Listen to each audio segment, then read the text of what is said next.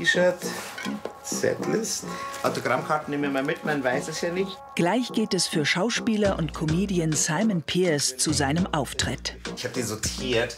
Hier ist, weil ich schau immer, also das ist so mein einziges Commitment an die Mode, dass ich irgendwie die Farben wiederfinde. Ich muss jetzt überlegen, weil ich glaube, ich ziehe doch eine lange Hose an. Einfach aus Respekt vor der Bühne. Auf der Bühne fühle ich mich eigentlich immer wohl. Und da bin ich auch der purste Simon, der ich sein kann. Und das macht ihn seit Jahren erfolgreich. Simon Pearce. Simon Pearce.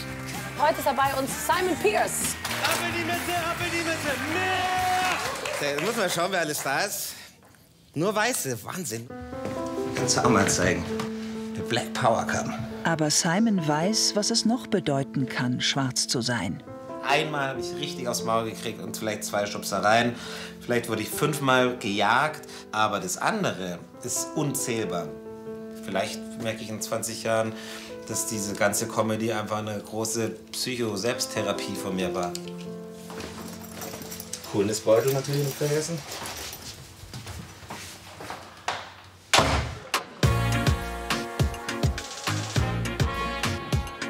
So, du sagst super, Simon. Bravo, mega, geil oder sowas. Das war ein Soundcheck für Simon Pearce.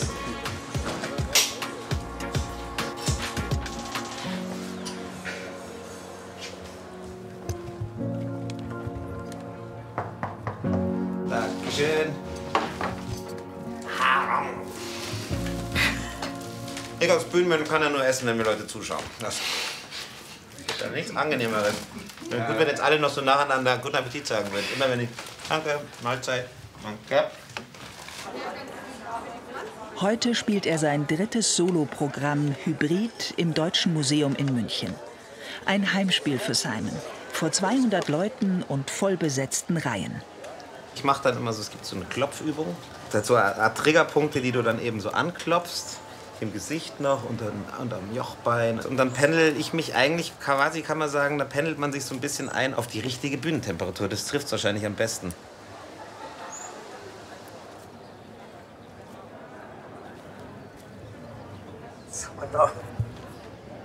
Ich habe es geschrieben, ich bin in der Prüfung, also alles bei der Comedy, was bewertet wird, bin ja ich. Meine Performance, meine Gags, ich alleine stehe da auf der Bühne. Das ist ein unfassbarer Druck und das wünscht man sich schon, dass es klappt.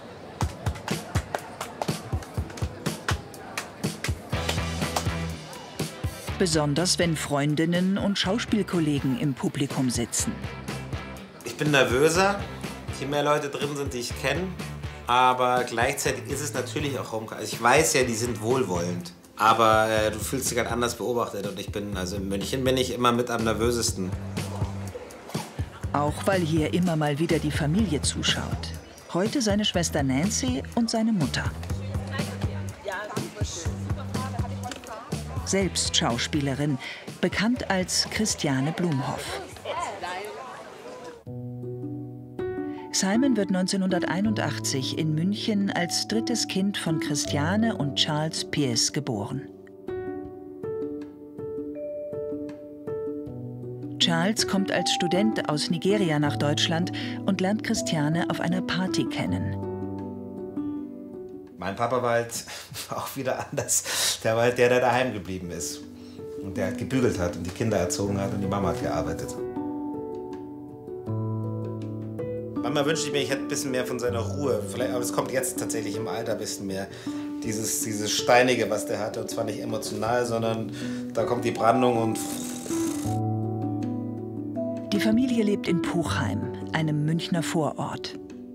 Sowohl bei den Eltern als auch bei seinen 2 älteren Geschwistern Wilson und Nancy findet Simon von Anfang an Geborgenheit. Bis heute trifft sich die ganze Familie so oft es geht.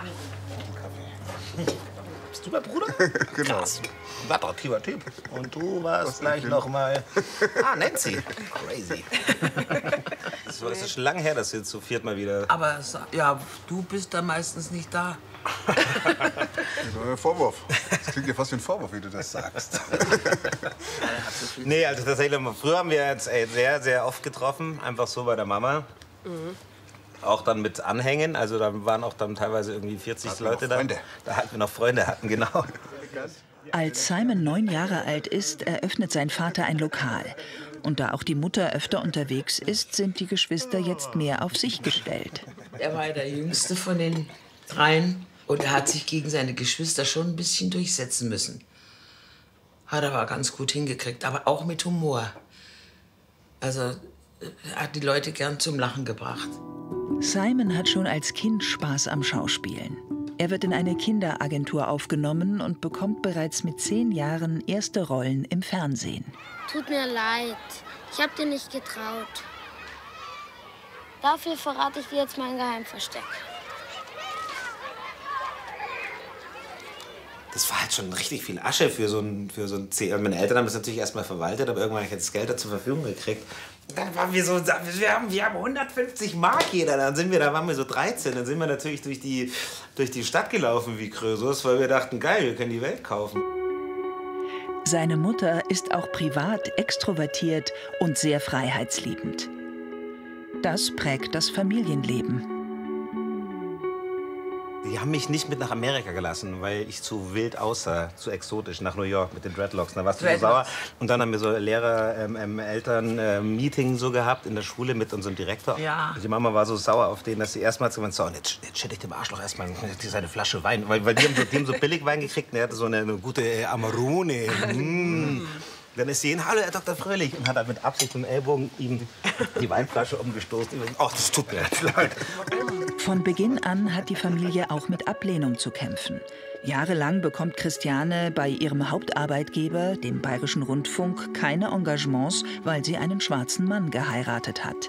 Die damalige Besetzungschefin hat gesagt, na, also eine bayerische Volksschauspielerin mit dem N-Wort, das geht überhaupt nicht. Und da war ich dann raus.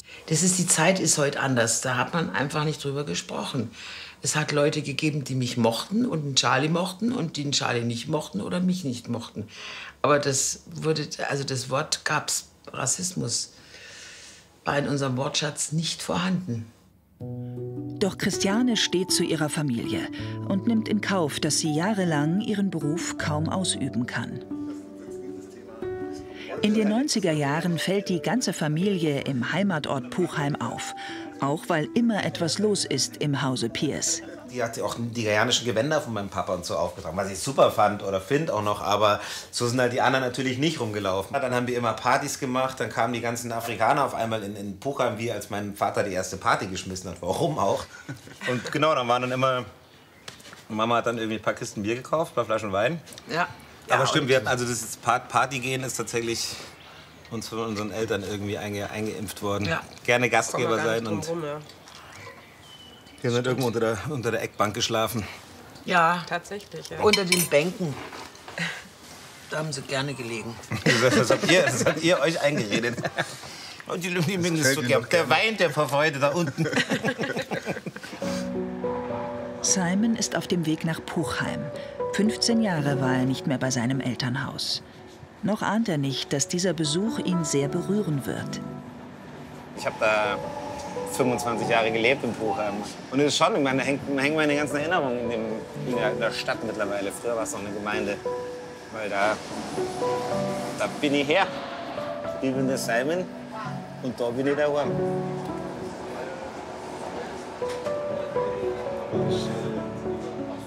Puchheim, das sind aber nicht nur gute Erinnerungen. Mitten im Ort Simons erste Polizeikontrolle vor versammelter Klasse und dem Lehrer Herrn Richter bei einem Fahrradausflug. Und dann hatten sie Polizei aufgehalten und nur mich. Und wir wollten meine Rahmennummer von meinem Fahrrad wissen und alles. Und dann kam der Richter, meinte, was ist denn los? Weil die Polizisten, ja, wir wollen nur kontrollieren, ob er das Radl geklaut hat. Und auch immer so über mich geredet, wir wollen mal bei ihm kontrollieren. Und der Richter so, aber warum denn? Ja, wir müssen eine Routinekontrolle mal schauen, ob er das Radl geklaut hat. Dann hat er so, er ist Simon Pierce, also Sie können ihn auch beim Namen nennen. Und kontrollieren Sie von den anderen auch die Rahmennummern. Na. Und da ging's los, da war ich 15, glaube ich. And it never stopped. Ging sie mit der Pubertät los, wo dann auch irgendwie die Bedrohung echter wurde. Einen 8-Jährigen beschimpfst du ja nicht. Da kommt halt vielleicht ein blöder Spruch oder ein dummer Witz. Aber mit 13 sowas, da geht es ja schon los, dass dich andere auch beschimpfen, Gleichaltrige, bisschen Ältere und wo dann auch so eine Schlägerei zumindest mal im Raum steht. Das erste Mal bedroht wird er als Jugendlicher. Nachts, am S-Bahnhof. Da bin ich die Treppe runtergelaufen und sehe dann nur so eine Horde Springerstiefel mit weißen Schnürsenkeln. Und dann bin ich weggelaufen, über die Gleise gesprungen, über den Zaun, nicht über die Gleise gesprungen, gelaufen, über den Zaun gesprungen. Und dann sind die mir komplett die Puchheimer Straße nachgelaufen. Und da bin ich diesen halben Kilometer oder was es war, heimweg im Vollsprint heim, bin ins Haus rein. Hab mich meine Eltern waren wahrscheinlich schon im Bett, ich habe mir auf jeden Fall die Jalousien alle zugemacht und dann geheult. Und das war meine erste Hetzjagd quasi, so mit 16. Ich will das Thema eigentlich nicht immer so groß machen, aber das ist ja schon krass. Also ich habe das jetzt irgendwie auch so salopp erzählt. Ja, da wollten mir wieder mal ein paar Typen auf die Fresse hauen. Hier sind sie mir hinterhergelaufen. Hier habe ich mich früher versteckt. So, aber ist halt so. Ist halt so, that's part of my life. Es ist ja irgendwie immer, also die meisten Comedians gerade haben kommt es so aus einer Verletzung raus. Entweder die waren übergewichtig, wurden gemordet, also viele halt irgendwie. Und also der traurige Clown so. Und ich dachte immer, bei mir ist es nicht so, aber tatsächlich denke ich mir, okay, vielleicht ist es auch deswegen als Kompensation so gewesen, dass ich eben diesen krassen, die Freude am Lachen so entwickelt habe oder diesen Humor. Vielleicht war das schon auch irgendwie immer so ein Schutzschild. Ja. München, wenige Minuten vor Showbeginn.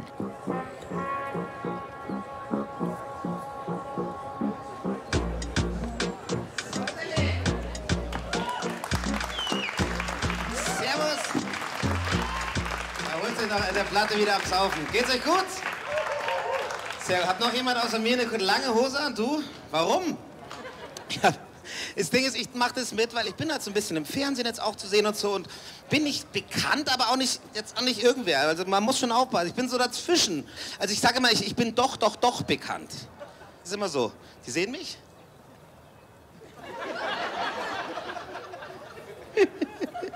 Ja. Doch. Ah. Doch. Na, immer. Ach, der Simon. Follow me to my crib. Mit Beginn seiner Pubertät, also mit 13, 14 Jahren, sucht Simon nach Zugehörigkeit.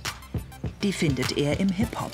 Also damit ging es halt auch los, diese schwarze Identität, dass auch schwarz mit cool assoziiert wurde. Das kam durch die Rapper eben, die dann hier in Deutschland auch irgendwie fett wurden und die Basketballer eben auch.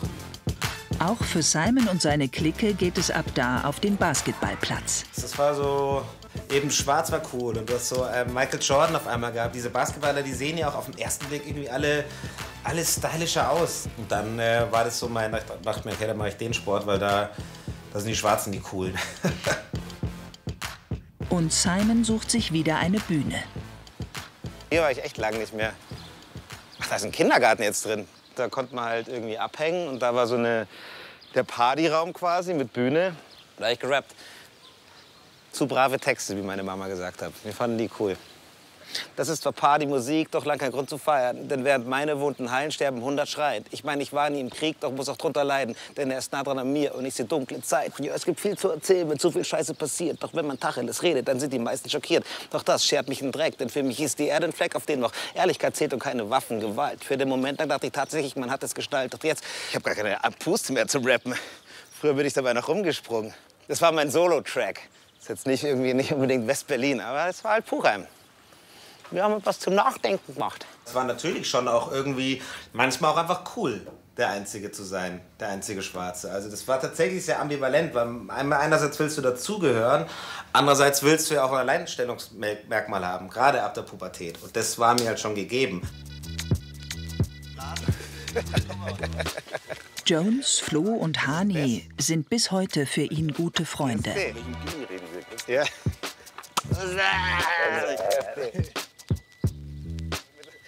Bis hierhin nass. Christi. Na? Clique, Jungs, zu viel frisches Testosteron, mit dem wir noch nichts anfangen können. Nur Scheiße im Kopf. Lehrer sind alle scheiße. Also 5. bis 8. Klasse war ich kein guter. Ja, das ist aber gut, wenn man dann, also ich merke das jetzt auch, wenn man dann da ist. Da, schau. Da ist er. Ja, aber ich war auch in der 9. so weg. Ja, stimmt, du bist ja auch früher weg. Das Einzige, worauf sich Simon in der Schule wirklich einlassen will, ist die Musical AG. Hier habe ich diese Musicals gespielt und so. Das war unsere Bühne quasi. Hier geben er und seine Freunde alles. In allen anderen Fächern gelten die 4 als schwierige Schüler. Dann bin ich sitzen geblieben in der 9. und meine Jungs sind weg. Und dann weiß ich noch, dann wurde ich von allen Lehrern immer noch so behandelt, als wäre ich halt immer noch so drauf. War ich aber nicht mehr. Die Clique war weg.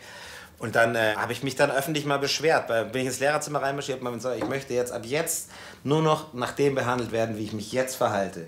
Ich weiß gar nicht, wo ich diese dicken Eier hatte als Neunklässler, ehrlich gesagt. Und danach war es cool. Bin dann auch auf einmal Schülersprecher geworden. Außerhalb der Schule zieht die Clique trotzdem weiter an einem Strang. Prost. Bei Familie Pierce sind Simons Freunde immer willkommen.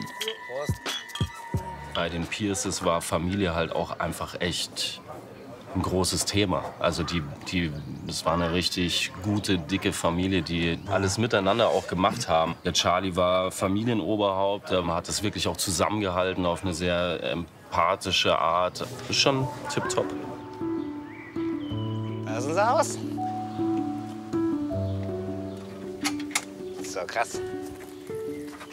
Ich darf hier rein. Diese Tür, die war halt immer offen. Manchmal waren meine Freunde bei mir, wenn ich gar nicht da war. Und der Papa hat für die gekocht oder meine Mama. Bei uns war das alles nicht so schön irgendwie. Crazy, ja, ich erkenne sogar diesen Baum noch. Verrückt. Hey, es ist echt, das ist wirklich krass. Nachdem Simon die Schule beendet hat, ziehen die Eltern 2002 nach München. Ihr lang ersehnter Wunsch. Simon bleibt im Elternhaus und eröffnet mit seiner Schwester Nancy und 3 Freunden eine WG. Nach seinem Zivildienst beginnt er mit 22 Jahren Lehramt zu studieren. Und ich weiß wirklich nicht, warum. Also das ist tatsächlich im Nachhinein echt keine Ahnung. Ich dachte mir irgendwie, ja, Englisch lag mir, sportlich war ich auch. Ich wollte Englisch und Sport studieren. Ja, das haut schon hin und dann bist du halt Lehrer und am Gymi. Und Bei Lehramt habe ich natürlich gezuckt. ihr habt mich da unterstützt. Also ich glaube, innerlich hat sie schon so einen Hamster in ihrer Hosentasche zerdrückt vor Wut, aber hat auf jeden Fall mir nicht... Hauptsache, ich mache irgendwas. Also was ich nicht geduldet hätte, wären Faulenzer gewesen oder einer, der bloß rumsitzt in der Nase bohrt. Die sollten irgendwas tun, was ihnen Spaß macht. Obwohl Simon nicht mehr mit ihm zusammenwohnt, bleibt die Verbindung zu seinem Vater sehr innig. Und es war immer liebevoll. Ich weiß es noch, dass ich bei meinem Papa auf dem Bauch lag noch mit 23. So, der hat mir so einen Kopf gestreichelt, wenn wir Fußball geschaut haben oder so. Das hat mein Papa installiert hier. Dass sie das stehen haben lassen. Ah, ist auch gesperrt.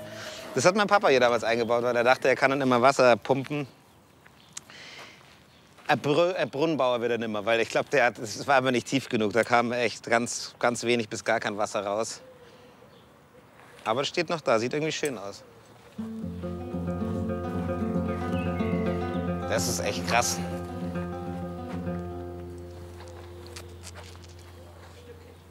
Das ist halt auch Papa so irgendwie, das... Wieso Papa?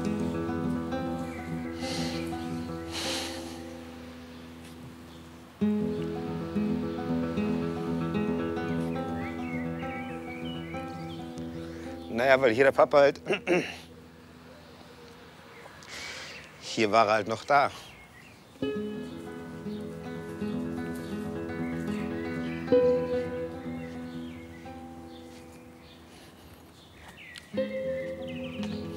Ist doch krass, wenn ich von dem träume, dann ist es immer hier.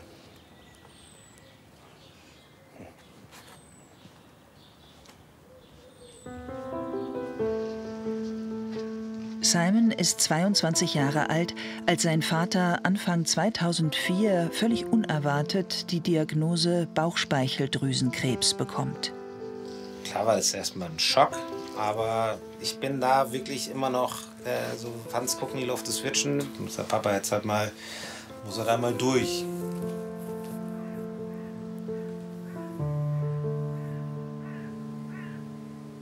Als der Papa da auch schwerst krank war mit Bauchspeicheldrüsenkrebs und alle um mich herum eigentlich schon wussten, dass der quasi keine Chance hat zu überleben, war ich immer der. Es war auch meine Rolle in der Familie, so, also ohne dass ich die aktiv gespielt habe. So, ich dachte mir, der Papa stirbt halt nicht. Hä? Alles ist der Papa, so, der kommt da schon raus. Und ich habe dann irgendwie auch, also mein Vater war da auch mit dabei. Ich weiß nicht, da war die erste Chemo rum, lief noch super gut.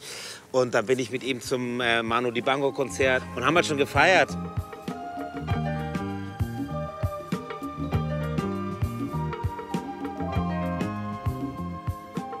Mit der zweiten Chemo, dann ist er auch so dünn geworden. Und dann waren wir im Krankenhaus und es ging dann eben, der Magen musste immer ausgepumpt werden, weil der schon irgendwie, da war halt alles verschlossen. Und der war echt schon ganz schwach. Und hat dann nochmal mit aller Kraft diese Sonde sich rausgezogen. Die Mama hat ihn dann noch seinen Arm festgehalten und meint, krass, das alles. Und dann hat er gesagt, hat er Mamas Arm so weggehauen. Und der hat wirklich keine Kraft mehr gehabt. Und dann hat er gesagt, Christiane, lass mich. So, und das war so die Ansage, ich habe jetzt entschieden, ich mag nicht mehr. Genau, und da habe ich es gecheckt. Also bei diesem Blick, werde ich nie vergessen, wie der Papa die Mama da angeschaut hat. Da war mir klar, okay, das ist jetzt krass, der stirbt. And that was it. Okay. Das hat mir so ein Stück Ernst gegeben in meinem Leben. Ich würde sagen, damit bin ich erwachsen geworden, weil ich mich immer noch nicht erwachsen fühle. Aber das war so eine ganz, ganz schwarze, tiefe Stelle in meinem Leben, die, wie du siehst, ja bis heute noch da ist.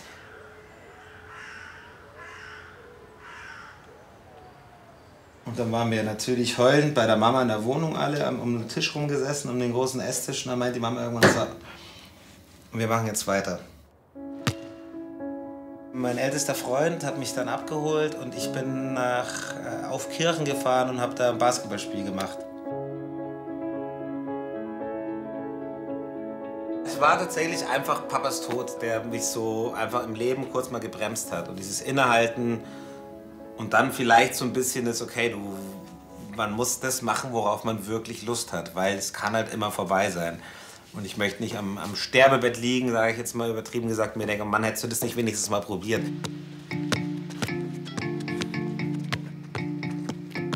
Also ich weiß, ich saß ja in der Uni und habe irgendwie da Geschichte gelernt und war ja da schon so, das ist deine Zukunft, Simon. Willst du das? Also das war jetzt ja alles parallel mitgelaufen. Und die andere Welt wurde mir in einer anderen Gehirnhälfte gezeigt. Komm auf die Bühne, sag mal, komm wieder zurück. So ungefähr wahrscheinlich. Simon bricht sein Studium ab und entscheidet sich für die Schauspielerei. Hier ist mein erstes Theaterstück, was ich gespielt habe. Da kommt schon langsam der Oberlippenbart. Also bei der Mama, bei mir auch.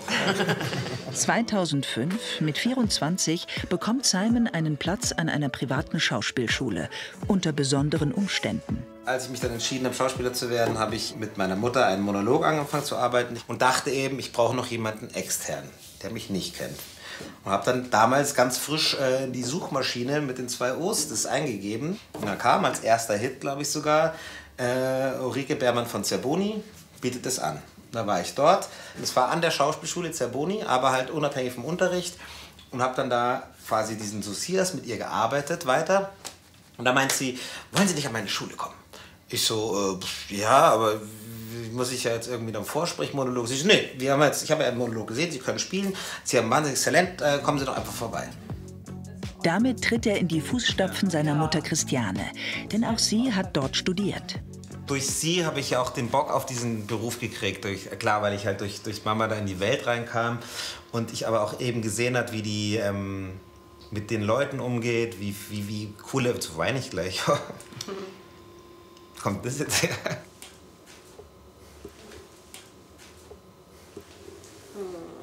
Er hat durch mich wahrscheinlich unbewusst mitgekriegt, dass ich ein freies Leben führe, dass ich nicht von 8 bis 5, so ein 8-to-5-Job wäre nie was gewesen für mich. Und dass ich dadurch, wir hatten zwar nicht viel Geld, aber wir hatten Fröhlichkeit. Ich glaube, einen kleinen Vorteil, das kann man auch nicht wegreden, hat man schon natürlich, wenn man eben schon so einen Viertelfuß in der Tür hat. Aber ab dann, also wenn ich jetzt mit 25 gescheitert wäre, dann hätten wir mir das vorwerfen können. Aber ich bin jetzt 40, das hat nichts mit meiner Mama zu tun. Oh, und mein erster Komödienstadel mit Matthias Kiefersauer. Und bei dem Komödienstadel, das war ich an der Schauspielschule tatsächlich, das weiß ich noch.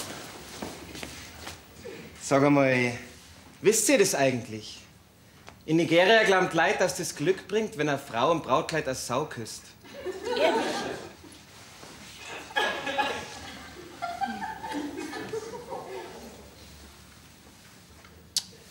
Reingelegt. Oh, du bist gemein. Nach der Schauspielschule, Simon ist 27, bekommt er erste kleine Jobs. Das reicht aber nicht zum Leben. Er arbeitet jahrelang in einem Kino, zwischenzeitlich sogar Vollzeit. Der normale Werdegang eines schauspielenden Menschen ist ja immer erstmal, du bist in diesem Beruf und der Beruf gehört dazu, dass du auch schaust, wie du dein Geld verdienst. Und zwar nicht nur in diesem Beruf, sondern da gehört dazu, dass du kellnerst, da gehört dazu, dass du Taxi fährst, da gehört dazu, dass du irgendwas anderes machst. Und das ist ja auch total wichtig, weil das macht deinen Kopf auf. Du musst ja aus dieser Welt auch mal draußen sein, weil sonst kannst du ja nichts erzählen. Nach und nach bekommt er mehr Angebote. Aber es sind immer wieder Rollen, die auf bestimmten Klischees basieren. Wo du kommen her? Höchstes versteht mich nicht. Natürlich habe ich mich auch aufgeregt und über dieses Rollenangebot, was man gekriegt hat. Also ich hätte mir davon nie den Wunsch abbringen lassen, Schauspieler zu werden. Ich bin am Sonntagvormittag gekommen, um sauber zu machen. Aber irgendjemand hat schon aufgeräumt und geputzt. Da habe ich die Finger gefunden. Ein Küchenhelfer mit starkem Dialekt, ein Verdächtiger, ein Geflüchteter. Selten spielt sein Aussehen keine Rolle. Do you want to join a party with original Bavarian beer for free and Bavarian girls a sweet dessert? Klingt dir nicht schlecht, so eine süße Wüste. Aber ich bin Münchner. Ja, macht ja nichts. Es musste immer begründet werden. Also wenn jetzt ein anders aussehender Mensch was gespielt hat, dann gab es immer noch einen kleinen Nebenstrang, der das beurteilt. Warum jetzt ein türkischer Mensch der Arzt ist. Und also ganz weit weg von der Gesellschaft, wie sie auch in den 90ern schon war und jetzt in den 2000ern noch viel mehr. Es musste immer erklärt werden und das haben wir jetzt erst verloren. Während Simon das Spiel mitspielt und sich durchbeißt, konfrontieren ihn seine Freunde mit ihrer Sicht der Dinge. Er hat ja eigentlich, also in der Schauspielnummer damals hat er nicht so Erfolg gehabt. Also es war immer relativ zäh, sag ich mal. Es war aber auch so, auch wenn er es erzählt hat, immer, ja, der Drehtag ist gut, da verdient er vielleicht ein gutes Geld, aber Spaß hat ihm das überhaupt nicht gemacht. Oder wenn man auch, und da haben wir auch kritisch drüber gesprochen, wenn er gefragt hat, hey, wie fandest du das, was ich da gespielt habe, habe ich gesagt, boah, ich seh dich da drin null. Das ist mal böse gesagt, ich glaube, der musste mit der Schauspielerei erstmal ein bisschen hinfallen, dass er dann zur Comedy gekommen ist. Besonders Jones sieht bei Simon das Talent zur Spontanität und bringt ihn dazu, etwas Neues zu wagen. Lustigerweise haben wir damals auch eigentlich eine Comedy-Veranstaltung gemacht, halt, da, wo er dann das erste Mal auch erst als Host und dann halt wirklich als Comedian aufgetreten ist. Ich hätte ja nie von mir proaktiv nicht gemacht. Ich war in der Lola Bar bei der Veranstaltung von Jones, von Dominik. Der hat mich gefragt, ob ich moderieren möchte, weil ich ja eh da sein werde und ich kann ja auch mal lustig sein. Und da war halt an einem Tag dann zufällig der Thorsten Sievert und Marcella Reiser von der Konstantin im Publikum, weil die sich jemand anderen anschauen wollten. Und haben mich dann in der Pause, der Thorsten hat mich dann in der Pause angequatscht. Du bist ja wahnsinnig lustig, hast du nicht Bock, Comedy zu machen?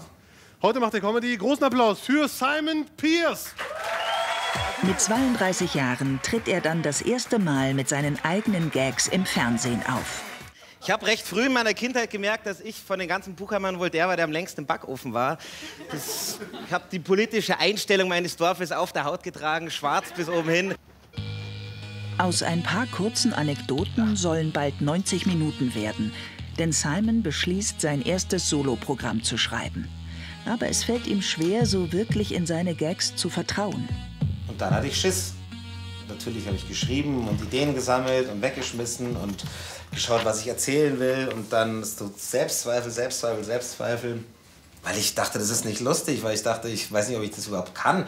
Nur weil es meine Freunde lustig finden, heißt nicht, dass jeder lustig findet. Und ist da überhaupt keine Pointen drin und bla bla. Und mein Bruder hat mir dann gesagt, tatsächlich, Simon, jede Geschichte, die du erzählst, ist lustig, wenn du sie erzählst. Beim Schreiben kommt Simon immer wieder auf ein Thema, den Rassismus, den er erlebt. Immer war ich auf dem Weg zur Bar und auf einmal stellt sich mir ein Mädel in den Weg. Wo kommst du her? Ich meinte, aus München. Nein, blöd, Mann, wo kommst du eigentlich her? Habe ich gesagt, aus Puchheim. Ich verstehe das Spiel nicht. Meint sie, nee, jetzt sag mal, blöd, Mann, sprichst du die Sprache von deiner Heimat? Ich meinte, ja, das ist das erste Land, dass ich die Sprache spreche, aber was tut das doch? Simons erstes Soloprogramm 2014 wird ein voller Erfolg. Und es läuft nicht nur bei der Comedy, denn gleichzeitig bekommt er seine erste Hauptrolle als Schauspieler im Theaterstück Ziemlich beste Freunde in Regensburg. Dann soll das Stück in Siegen neu inszeniert werden. Bei den Proben lernt Simon die Regieassistentin Lisa kennen. Wir haben uns eigentlich am Anfang gar nicht gemocht. Das war so, ich glaube, sie hat meine Bilder gesehen, meinte sie immer. Und da habe ich so affektiert gelacht. Und das fand sie ganz schrecklich, weil sie dachte, jetzt kommt wieder so ein super affektierter Schauspieler. Sympathisch so auf den Fotos habe ich gedacht, nee. Und dann ging ich schon mit so einer Haltung in diese Produktion, wo ich gedacht habe, boah, komm, hoffentlich, aber komm, Lisa, wird gut, es wird gut. Und dann bin ich so hinterm Intendanten hergedackelt. Ja, und sie kam da an mit ihrem Klemmbrettchen und ist da dem Intendanten hinterher gemäuselt. So, ja, Herr Reitschuster, mach ich, Herr Reitschuster. Ich dachte mir so, boah, ey, Mädel, was ist denn mal Selbstbewusstsein, wie so eine Klischee-Sekretärin quasi. Und wir waren dann das ganze Ensemble quasi aus Regensburg, wir sind dann eben nach Siegen und waren so auf Anti-Siegen. Lisa meinte dann auch so nach der ersten Probe da, hey, wollen wir noch was trinken gehen oder was essen? Wir so, ne. Und am zweiten Abend dachten wir so, ja komm, jetzt ist auch asozial, wir müssen jetzt auch zusammen arbeiten, jetzt lernen wir die mal kennen. Und man hat dann auch bei den Proben gemerkt, die sind ja doch auch ganz normale Menschen. Und da ging es dann schon los, dass Lisa und ich auch gemerkt haben, dass wir uns halt mögen, so vom Humor und so. Sie werden ein Paar. 4 Jahre später heiraten Lisa und Simon.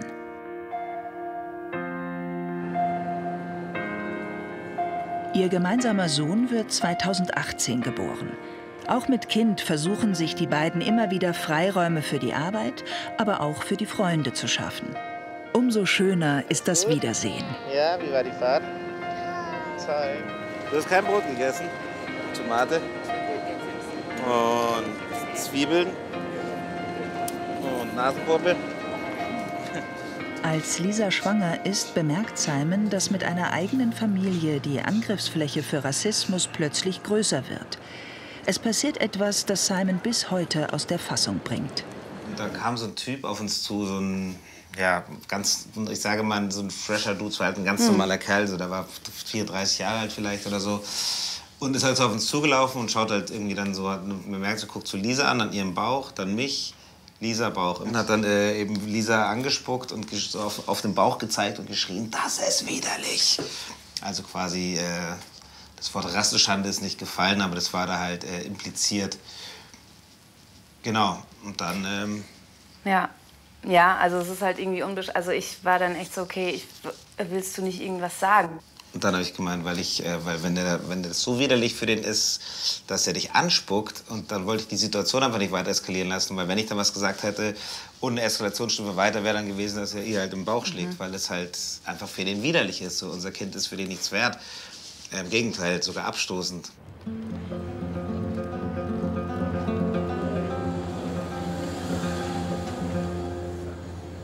Die hat es ja dann beim eigenen Leib erfahren, weil sie ist angespuckt worden, nicht ich.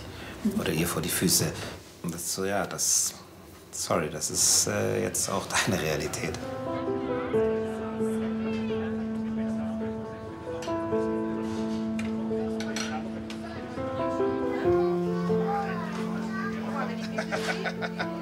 Die sind super.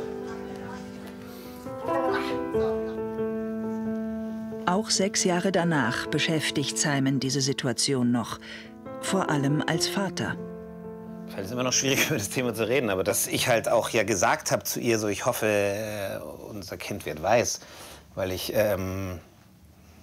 halt verhindern wollte, dass ihm das halt auch passiert, was mir irgendwie alles passiert ist. Und ja, ich konnte halt gut damit irgendwie umgehen nach wie vor. Also natürlich berührt mich das auch, aber ich wollte ihm das halt nicht zumuten.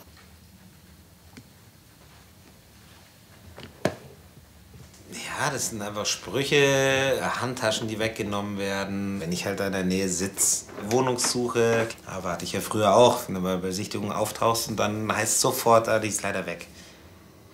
Und da sind auch gerade 4 Leute noch vor mir reingegangen, die eben den Termin um Viertel nach hatten. Ja, nee. Und solche Geschichten. Es sind eben solche vermeintlich kleinen Dinge im Alltag, Alltagsrassismus, den viele nicht wahrnehmen.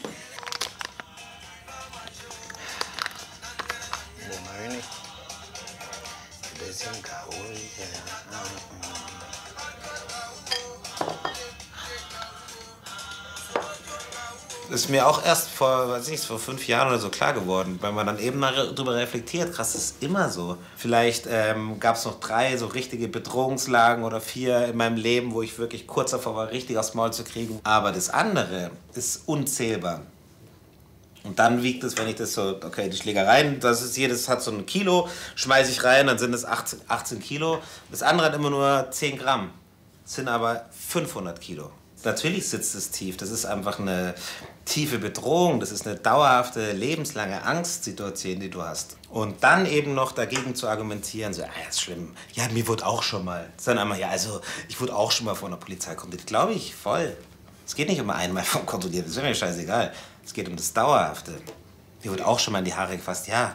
Wenn ich in Urlaub war, ja, es ist auch alles gut. Mir wird auch schon mal Schläge angedroht, ja.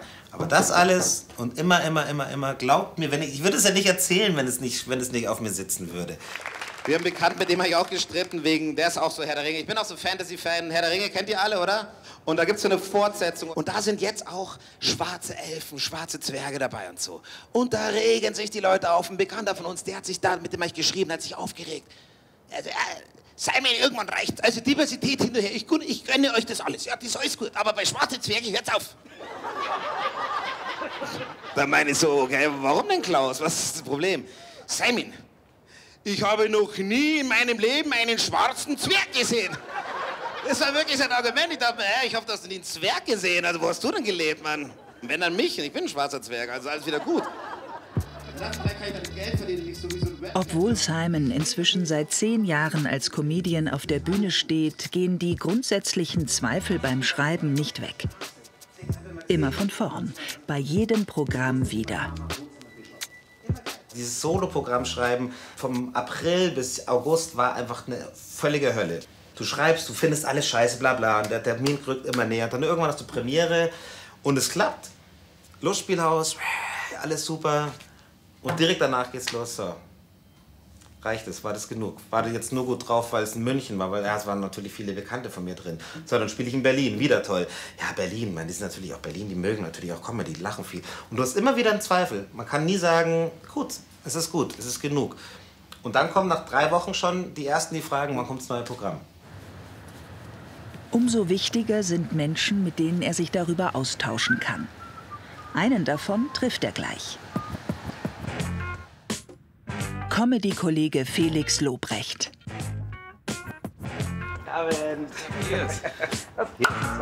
Felix hat es geschafft und spielt seit Jahren vor ausverkauften Hallen in ganz Deutschland. Die beiden haben sich 2018 backstage bei einer Comedy-Veranstaltung kennengelernt und angefreundet. Er bestellt sich einen Obstteller und einen Cheeseburger. Als Simon gerade an seinem 2. Programm arbeitet, trifft er auf Felix und kann sich bei ihm ehrliches Feedback holen.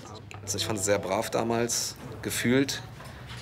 Aber er halt als Privatperson war immer so krass lustig. Ich habe diese Diskrepanz zwischen Bühne finde ich nicht so witzig und privat finde ich sehr witzig. Die fand ich am Anfang irgendwie so interessant, weil ich es so rum nicht kenne. Hat sich aber auch geändert, also mittlerweile feiere ich sein Material auch. Simon wird von Felix motiviert, noch spontaner zu werden. Dafür nimmt er ihn mit auf offene Bühnen in Berlin. Sind wir irgendwie spazieren gegangen, haben irgendwie ein bisschen rumgerifft und ich habe dann abends halt einfach eine Nummer gespielt, so 5 Minuten, einfach getestet, wie man es halt als erwachsener Comedian macht und nicht wie ich einfach in der Nacht vor der Premiere mein Programm fertig schreiben und dann auf die Bühne damit.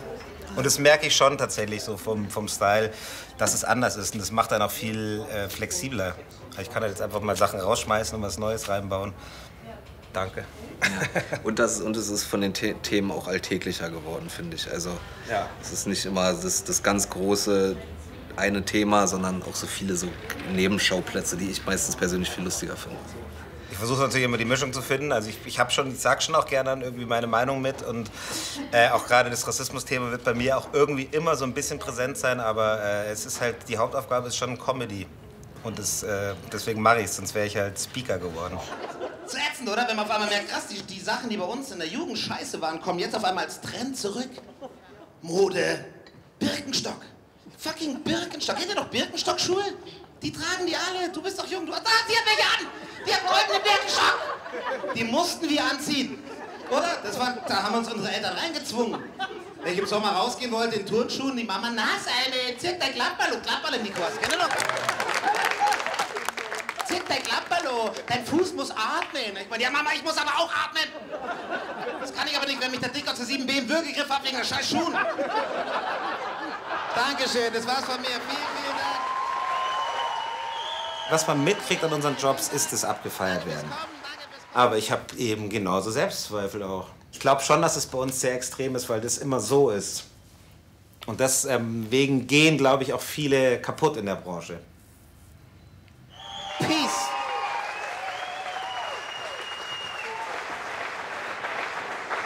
So. Jetzt trinken wir ein Bier. Simon hat für sich einen Weg gefunden, wie er mit den Extremen zwischen dem High auf der Bühne und der inneren Leere danach umgehen kann.